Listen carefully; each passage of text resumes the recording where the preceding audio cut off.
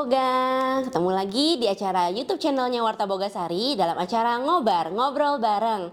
Hari ini temenin aku Felicia dan kita akan ngobrol bareng dengan Pak Yoga Nirmolo. Beliau adalah Manager Project and Development Engineering Department yang juga membawahi Sustainability dan Energy Management System. Nah, kali ini kita akan membahas satu topik yaitu tentang manajemen energi di Bogasari. Nah, kita nggak perlu berlama-lama lagi, langsung aja ya kita sambut, kasih applause dulu nih ke Pak Yoga.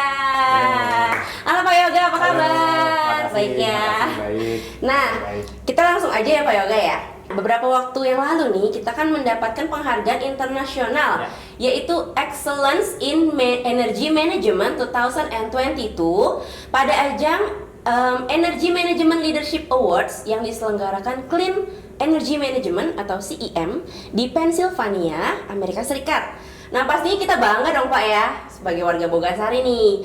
Apalagi ini penghargaan kelas dunia dan Bogasari itu adalah satu-satunya perusahaan flour mill tepung terigu yang meraih penghargaan itu. Nah, bahkan belum ada loh flour mill yang lain di Indonesia yang meraihnya selain Bogasari. Boleh diceritakan nggak ya Pak konsep penghargaan itu seperti apa dan penilaian apa saja sih sehingga Bogasari itu bisa mendapatkannya? Jadi gini, Energy Management Leadership Award adalah penghargaan yang diselenggarakan oleh Clean Energy Ministerial. Gitu. Nah, apa itu Clean Energy Ministerial? Ini adalah forum global high level forum yang tugasnya ini mempromosikan aturan-aturan atau program-program yang terkait dengan clean energy serta economical clean energy. Seperti itu. Nah, CM ini terdiri dari steering komitenya terdiri dari 10 negara. 10 negara ini negara Amerika, Cina, Arab Saudi, dan negara-negara maju lainnya lah seperti European Commission. Nah, Clean Energy Ministerial ini membuat kompetisi yang kita sebut EMLA tadi itu. Nah, kenapa Bogasari bisa mengikuti ajang ini? Gitu ceritanya. Jadi Bogasari ini direkomendasikan oleh Kementerian ESDM karena kita pernah memenangkan Subroto Award. Ini adalah ajang untuk kompetisi di bidang efisiensi energi dan kita memenangkan penghargaan tersebut. Itu di sektor industri manufaktur besar. Itu. Karena kita mendapatkan penghargaan tersebut, jadi kita direkomendasikan oleh ESDM untuk mengikuti ajang ini. Gitu. Oh Pak, sebelumnya Pak, jadi kalau dari Indonesia sendiri itu diwakilkan oleh Bogasari saja kah atau gimana ya Pak? Oh enggak, perwakilan Indonesia itu ada 4 perusahaan. Oh ya? Ada 4 perusahaan.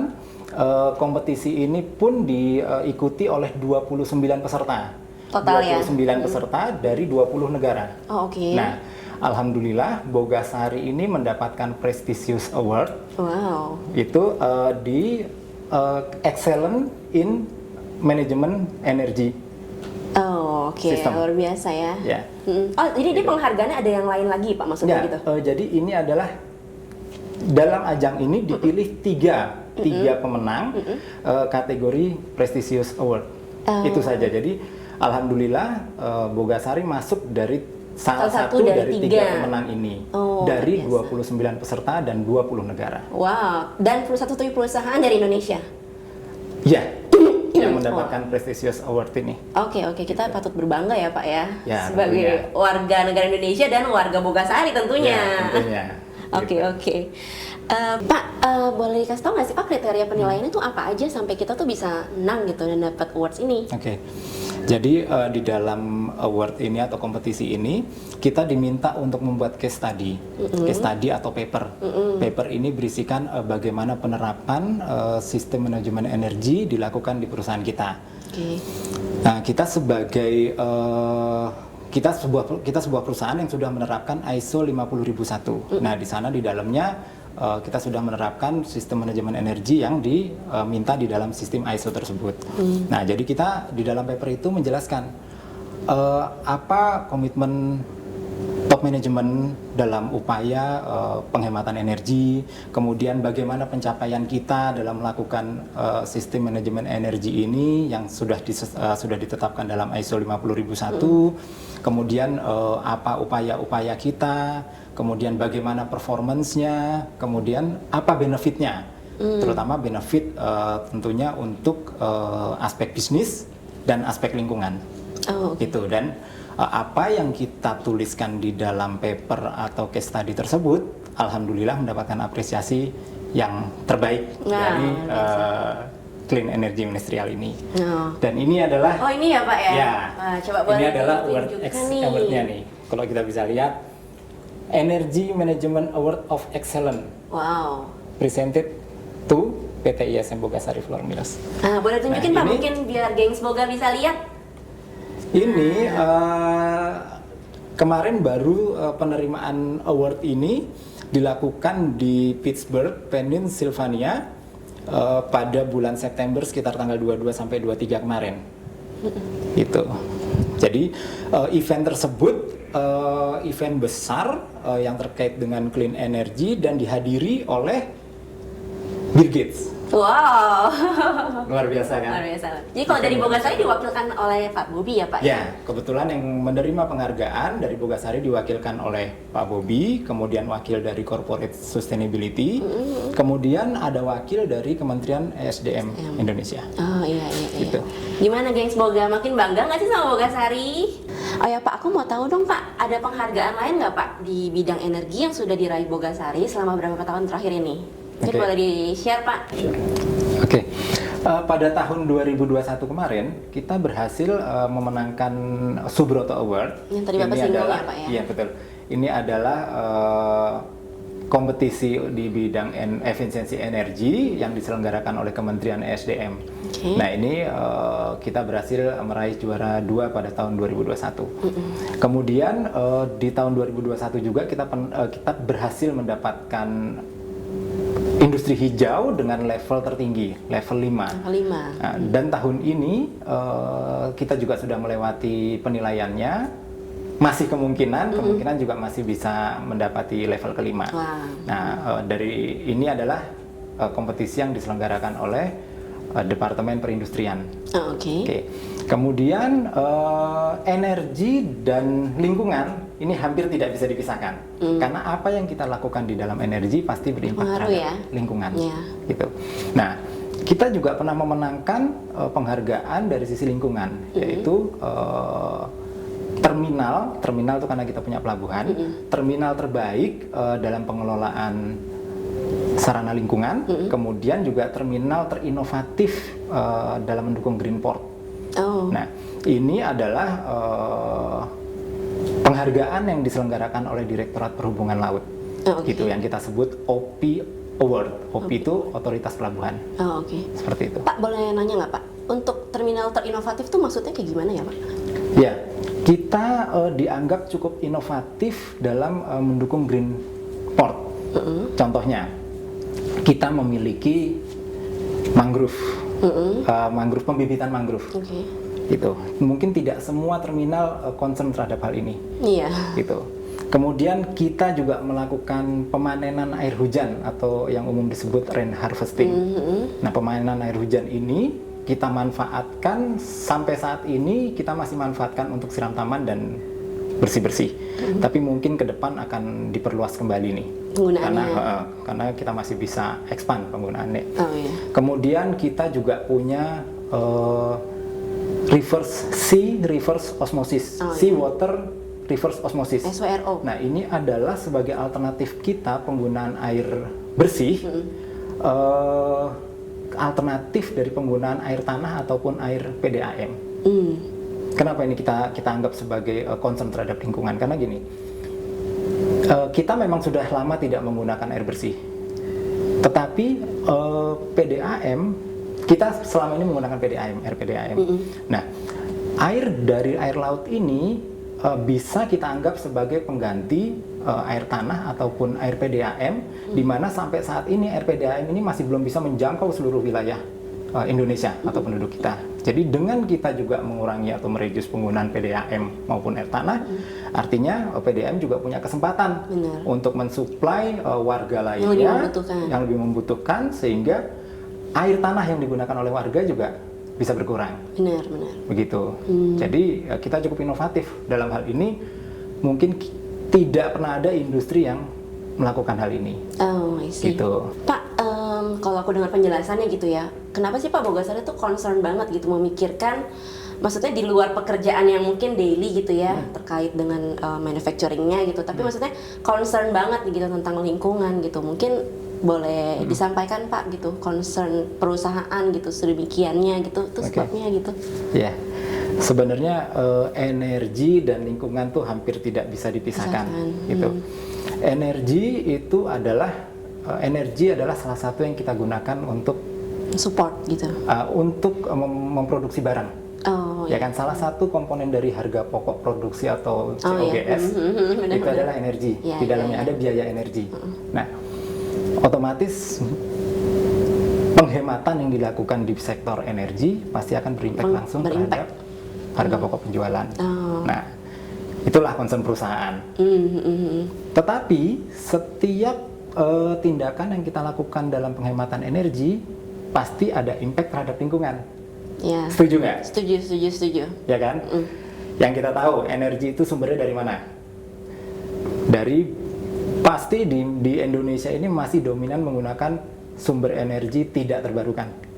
Ya, Bogasari masih menggunakan energi dari sumber listrik dan bahan bakar minyak, kemudian bahan bakar gas.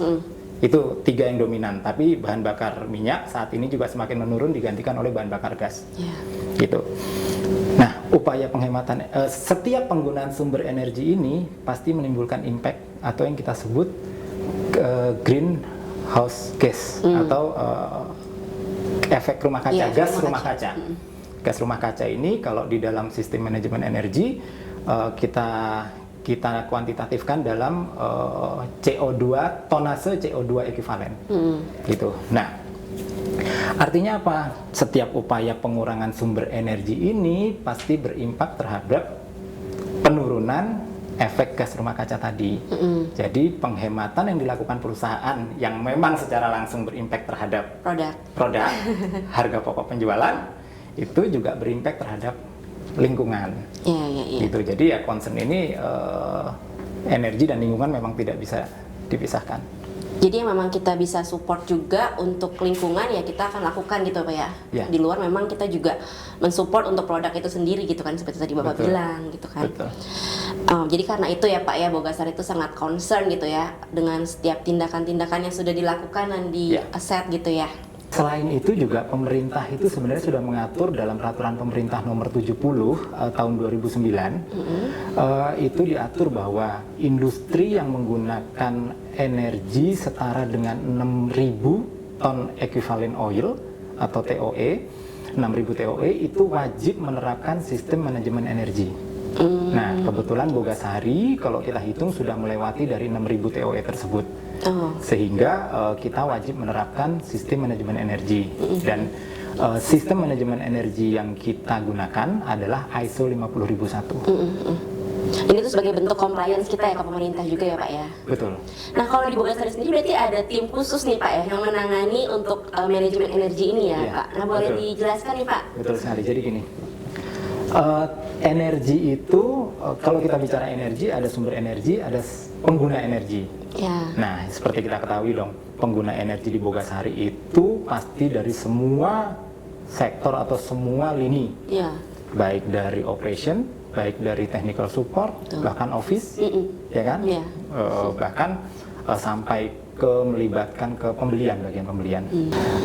Untuk melakukan sistem manajemen energi, kita tentu tidak bisa bekerja sendiri, karena seperti kita tahu bahwa energi itu ada sumbernya, kemudian ada penggunanya. Nah, pengguna ini bisa terdiri dari seluruh lini di Bogasari. Itu bisa dari operation, bisa dari engineering teknologi, bisa dari office, ya, dari departemen lainnya, bahkan kita selalu melibatkan bagian pembelian. Gitu. Jadi kita bentuk tim yang harus solid dan harus bisa bekerja sama, di mana tim ini di atas ada manajemen representatif yang dipimpin oleh Pak Bobi, kemudian ada co-manajemen representatif itu Pak Andri Wiryanto, kemudian saya sebagai manajer energi, kemudian di dalam tim tersebut ada tim auditor, ada tim dari setiap pengguna energi, terutama pengguna energi ini adalah pengguna-pengguna yang signifikan. Kalau di dalam sistem manajemen energi itu ada signifikan energy usage. Nah, di sini adalah orang-orang yang mengguna energi terbesar. Siapa tuh Pak? Nah, kalau di Bogasari kita definisikan menjadi 6 SAU. Itu ada bagian mill, kemudian utility, di dalamnya ada boiler dan kompresor, kemudian ada JT, ada FSBP atau floor packing, ada FMP, kemudian satu lagi pelletizing. Gitu. Jadi ini pengguna besar, energi besar dan ini adalah orang-orang penting semua. Gitu, karena mereka yang melakukan plan, do, check, act dalam kegiatan manajemen sistem manajemen energi.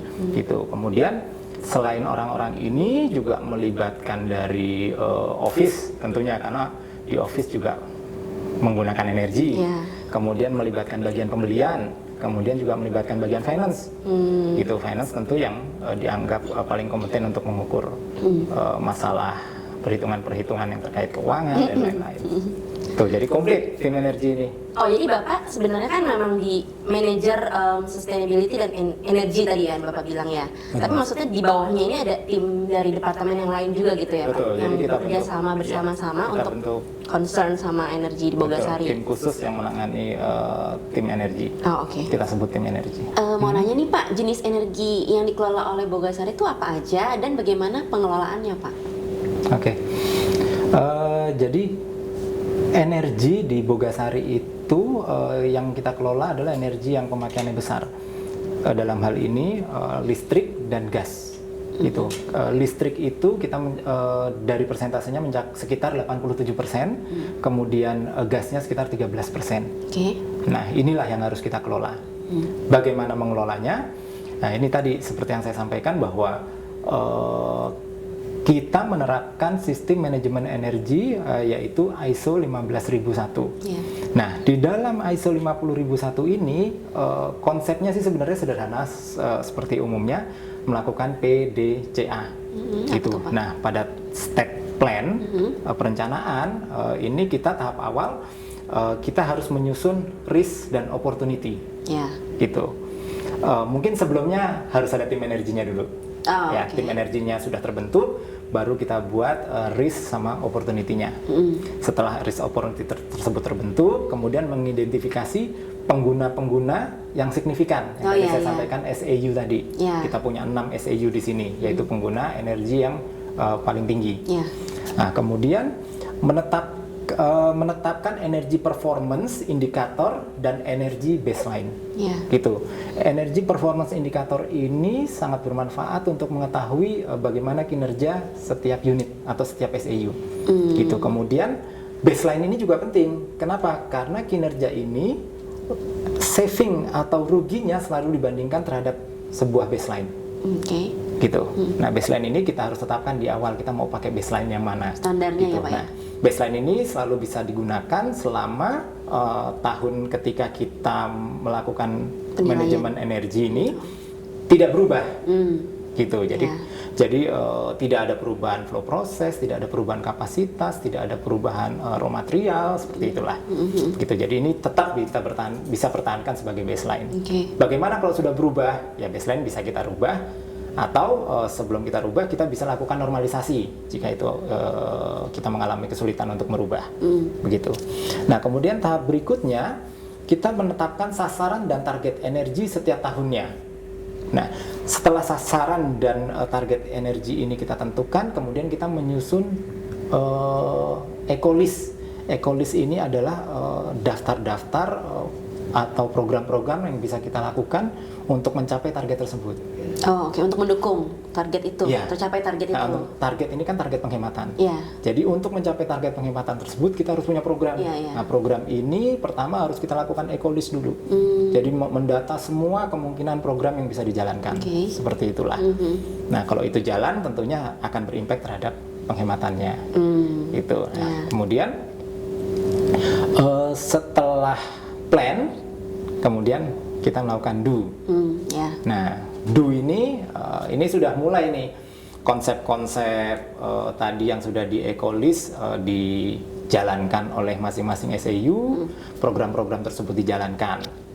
Itu do. Kemudian cek, kita masuk ke cek. Nah, cek ini monitoring. Kita cek bagaimana program itu berjalan, efeknya apa terhadap energinya, efeknya apa terhadap drivernya, kemudian bisa menyebabkan komponen-komponen NP ini, Energy Performance Indicator ini, monitornya bagaimana gitu. Dan mereka monitor, harus wajib mereka monitor. Selanjutnya setelah kita lakukan tadi do itu, kita masuk ke tahap cek.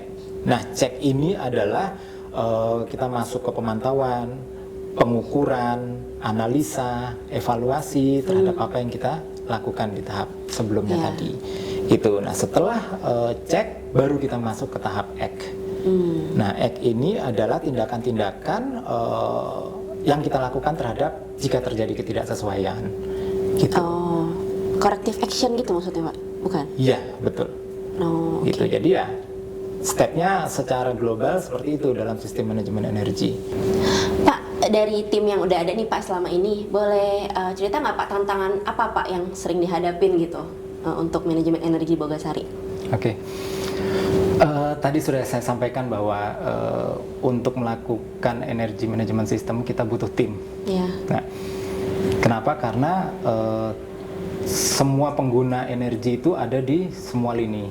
Nah, jadi tantangannya adalah memang kita harus tim ini harus solid, harus bisa bekerja sama, karena pemilik SAU inilah nanti yang akan benar-benar melakukan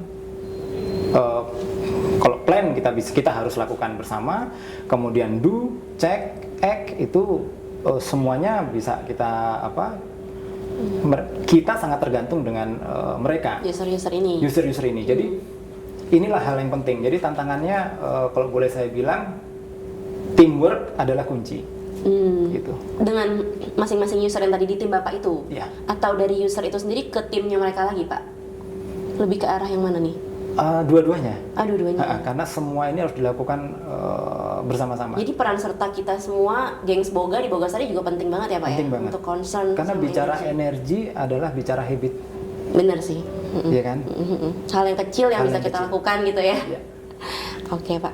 Nah Pak, mungkin bisa Pak mengkampanyekan untuk energi nih kepada gengs Boga biar mereka juga lebih aware dan lebih concern gitu untuk energi di Bogasari. Dari hal-hal yang mungkin simpel gitu ya Pak. Iya. Jadi gini, tadi sudah saya sampaikan energi sangat terkait dengan habit, dengan kebiasaan perilaku kita sehari-hari. Jadi untuk melakukan penghematan energi ini kita bisa lakukan dari diri kita sendiri dalam melakukan hal-hal yang kecil-kecil. Gitu. Apa itu contohnya? Misalnya kita selalu mematikan peralatan elektronik yang tidak kita gunakan, apapun. Baik di rumah maupun di Bogasari, terutama kalau kita bicara industri ya di tempat kita bekerja. Itu mungkin ketika jam istirahat matikan lampu, matikan komputer, turunkan temperatur AC, seperti itu. Jadi yang kecil-kecil ini penting. Atau di lini operation kita harus aware, ada nggak kelainan malfungsi dari setiap mesin-mesin ini. Gitu, misalnya terjadi kebocoran, itu terjadi kalau di air atau di kompres air ya leaking itu penting, kebocoran tersebut.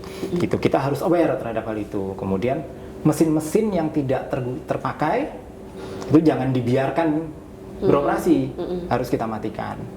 Seperti itu.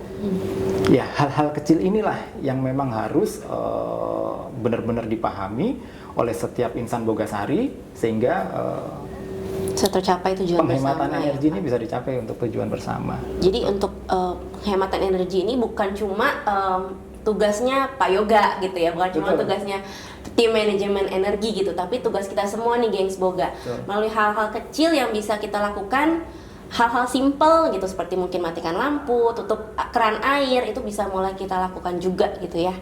Sebagai penutup nih Pak Yoga, apakah ada target khusus yang mau dicapai untuk tahun-tahun mendatang gitu, mungkin 2-5 tahun ke depan Pak, yang bisa di-sharing kepada kita semua? Oke. Dalam menerapkan sistem manajemen energi, sebenarnya kita selalu punya target. Target itu terkait dengan penghematan energi, kemudian juga penurunan gas efek rumah kaca atau kita sebut greenhouse gas gitu. Jadi itu selalu kita ada target tahun ke tahun gitu. Nah, untuk melakukan penghematan ini tentunya kita punya program besar di tahun 2 atau 3 tahun ke depan gitu. Program kita selanjutnya adalah kita akan masuk ke masalah energi yang terbarukan. Karena selama ini mungkin yang kita tahu, tadi saya jelaskan bahwa kita masih banyak menggunakan energi tak terbarukan untuk Bogasari Jakarta gitu. Nah, di tahun ke depan kita akan berupaya sama seperti Cibitung sudah menerapkan hal ini. Kita akan melakukan instalasi fotovoltaik atau yang umum kita sebut solar cell, solar panel gitu. Nah, kita akan lakukan bertahap sampai total yang bisa kita bangun dengan memanfaatkan atap finish good kita, atap gudang kita untuk finish good itu sekitar 3,9 megawatt peak 3,9, dan ini akan kita lakukan bertahap. Mungkin akan selesai 1-2 tahun ke depan. Gitu. Nah, dengan diharapkan adanya ini, maka kita punya alternatif sumber energi. Selain yang tak terbarukan tadi, kita punya terbarukan. Kemudian tahun depan juga kita akan perbanyak penggunaan forklift dengan baterai. Nah, jadi nanti kita bisa bilang juga tuh bahwa forklift kita sudah mendapatkan energi dari surya. Keren banget kan? Bukan dari listrik lah, bukan dari PLN lagi, bukan dari bahan bakar fosil lagi, bahkan diisinya oleh surya gitu. Kemudian ada juga kita akan perluas penggunaan rain harvesting gitu. Sayang sekali kita sudah punya rain harvesting itu air tanda hujan. Kita sudah punya penampungan yang cukup banyak, 2 juta liter, tapi pemanfaatannya masih belum maksimal. Kalau mau dimaksimalkan ya? Akan dimaksimalkan sampai ke penggunaan air domestik mungkin. Begitu. Nah, program-program ini tentu butuh dukungan teman-teman dari tim energi. Jadi kami juga dari tim energi ini mengucapkan banyak-banyak terima kasih kepada seluruh tim, terutama member yang memiliki signifikan energi usage. Nah, itu adalah benar-benar orang-orang penting di dalam tim manajemen, dalam tim sistem manajemen energi ini. Kenapa saya sebut orang-orang penting? Karena di situ energi digunakan. Mereka yang melakukan upaya-upaya penghematan dan terbesar ya pasti persentase penurunannya berada di tangan mereka.